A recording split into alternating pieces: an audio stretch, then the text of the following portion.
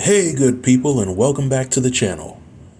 I think it's safe to say that Gary has truly lost his mind, and he's either insanely crazy or incredibly stupid for how he approached the game this episode. But if I had to rate Naked and Afraid Last One Standing Season 2 Episode 5 on a scale of 1 to 10, I would give it a solid 9.5. If the object of the show is for the game to be like Survivor meets Naked and Afraid, then this episode was definitely the best display of it. There was so much to unpack with the episode, but for this review, I want to share my top 5 moments of the episode, and I want to talk about the 3 teams in order of strongest to weakest.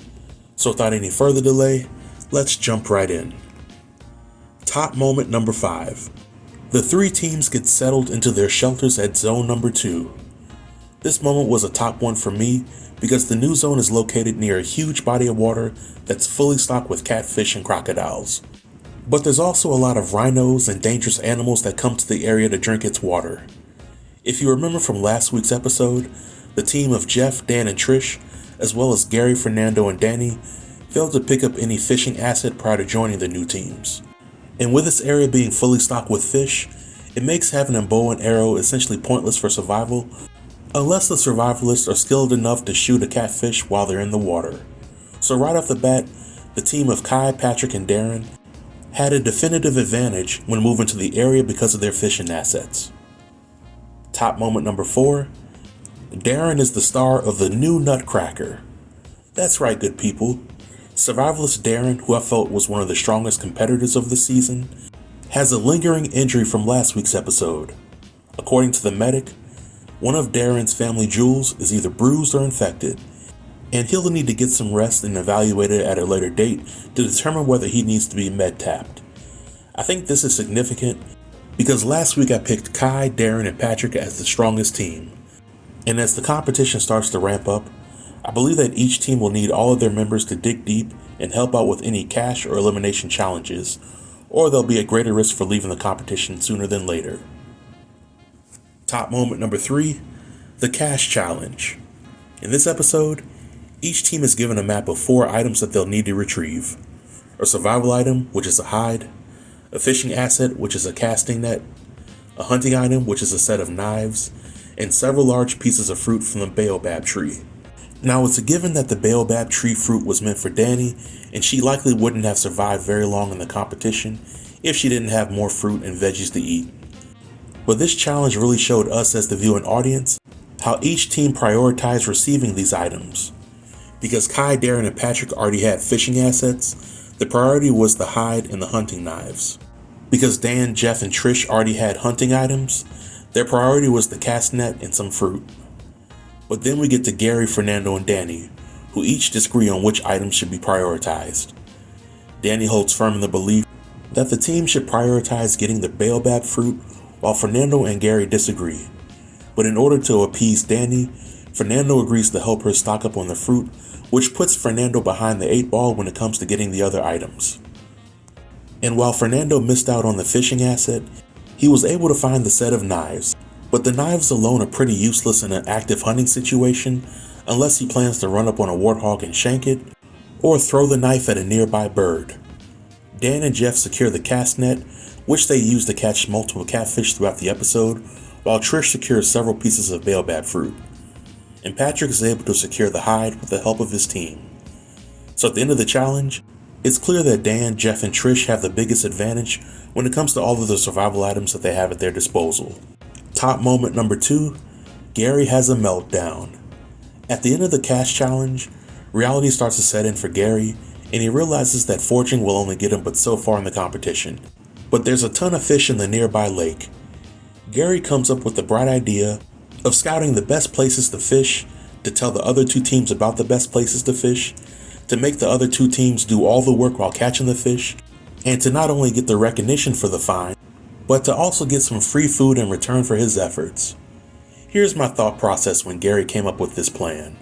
Number 1, the other 2 teams could have easily found the best places to fish if they bothered looking around for them. Number 2, in past episodes when Gary's team was approached with opportunities to trade, he declined the trade, so why would any team want to agree to all of his terms of the deal? Gary took the least amount of risk and he wanted he and his team rewarded for finding something that really wasn't hidden to begin with. And number 3, Gary wouldn't have to resort to begging the other teams to feed him if he had simply agreed to the trade that Kai made, which exchanged the fishing asset for the knives. If Gary simply agreed to the trade, he could have kept his secret fishing location to himself and stocked up on all the fish. Now, I'm not sure if Gary was told by production to act a fool or if he decided to do it on his own, but Gary has a full-on meltdown all over the 2 other teams not moving fast enough to catch the fish, and with his belief that the 2 teams are trying to starve him out of the competition. I felt secondhand embarrassment for Gary in this situation because for a brief moment, he had to experience a fraction of what Jeff had to go through last season, and insulting all of his competitors didn't make matters any better. And top moment number 1, Danny becomes the puppet master. Now, I can admit that I've had some disdain for Danny because she seems to squeak through this process when she should have been eliminated so many times. She does the bare minimum in the challenges, her teammates carry her weight, and Lady Luck continues to shine her light on Danny.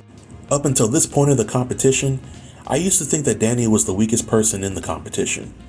But after this episode, I now realize that Danny is playing in the long game and she's using everybody, including her own teammates, to get to the very end.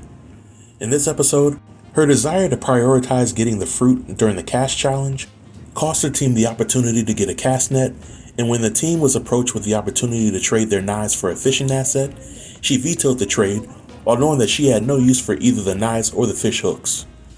Danny's level of selfishness grew even more when she was foraging and found a score of bird's eggs that she decided to keep for herself.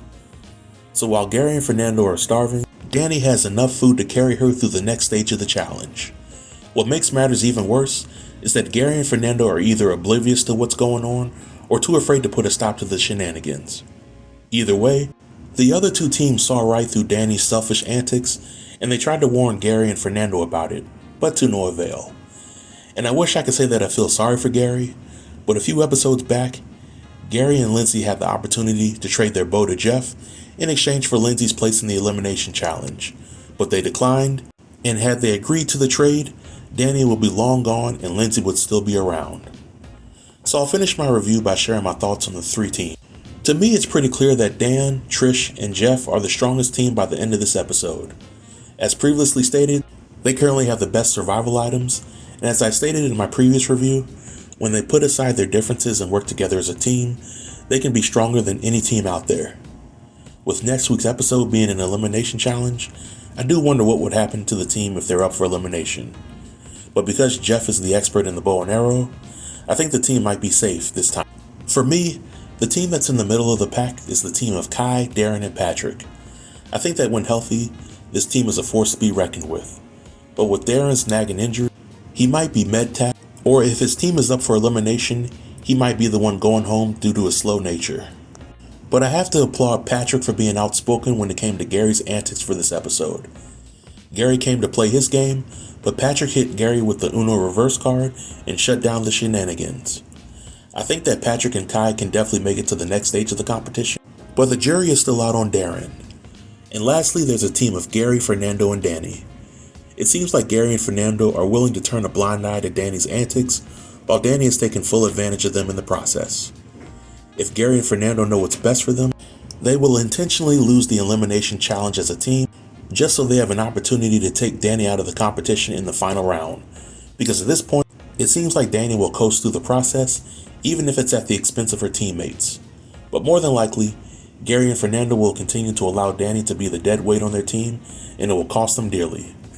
But these are my thoughts on this week's episode, and I'd like to know what you all think about it. Did you like or dislike episode 5 of Last One Standing? Feel free to leave all comments below in the comment section, and I'll be sure to reply to everybody. Until next time, stay tuned and stay safe. Peace.